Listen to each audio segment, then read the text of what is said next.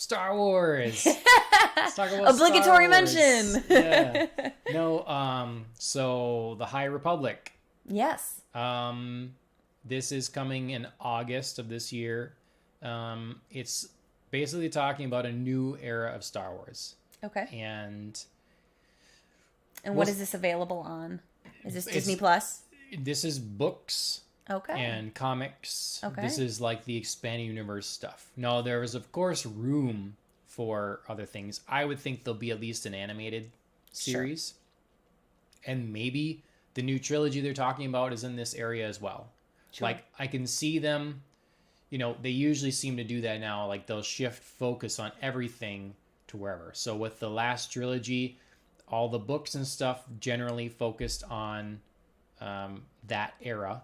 Right. Now I can see a pivot and focusing on this era. So this is like a couple hundred years before I forget if they describe it as before Luke Skywalker, before the original trilogy. Yes, they do. Okay. And I am a fan of the art style I'm seeing right now in some of it. Some of the like concept drawings and everything. Mm-hmm. It looks like they're bringing new lightsaber colors in the canon. Right. As down on Star Wars as I've been in a lot of ways of recent, I'm just hopeful that this is good. I mean, sure. They've been working on this for a while now, mm-hmm. which is good and bad. Mm-hmm. It's good because they can have something thought out. It's bad because it was under the leadership of, I think, a group of leaders that don't know what they're doing.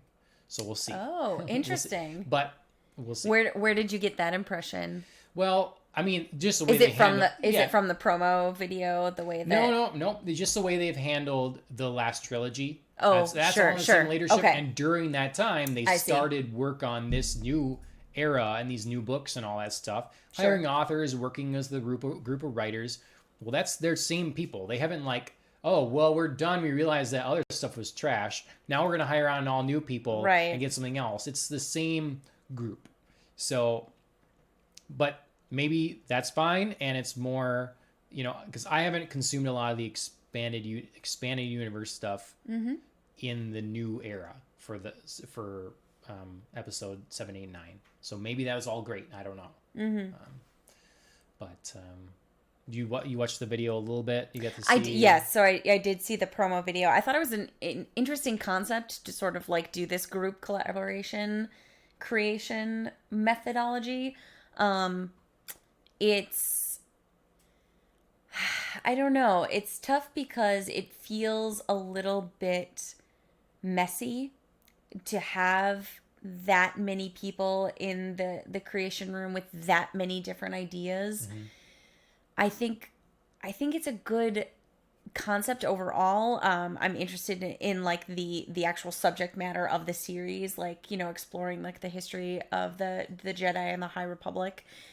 Because I feel like that's one of the things that people get interested about. Like Star Wars thus far, I think has been the movies anyway, not to not speak of the printed materials, has been at a very granular level with like ordinary everyday people and them sort of like encountering this already set up world, and to explore like the history behind the world that's been there that we've gotten sneak peeks at, or explored maybe a little bit with the prequel trilogy. Mm-hmm. I think that's going to be really interesting. But I'm also a little nervous about like the creative minds behind it. Mm-hmm. I think it's a lot to take in. It's a lot of potentially reactionary like processes, because so many people have been upset about the way that like the last few movies have played out, and they've made their voices heard about I didn't like where this storyline went, and how could you do this to the creation of this character. So it feels almost a little too inclusive. I mean, it's like kind of the embodiment of the adage, like there's too many cooks in the kitchen. Right. So I'm nervous about it. Any listeners, correct me if I'm wrong, but I think the way it was done before Disney was you'd have authors that would write a Star Wars book or whatever, mm-hmm. and they would kind of get passed to a story group that would be like, that doesn't fit. That doesn't make sense with, like, so there wasn't necessarily a grand plan, but it did have to fit within the pre-existing lore and stuff.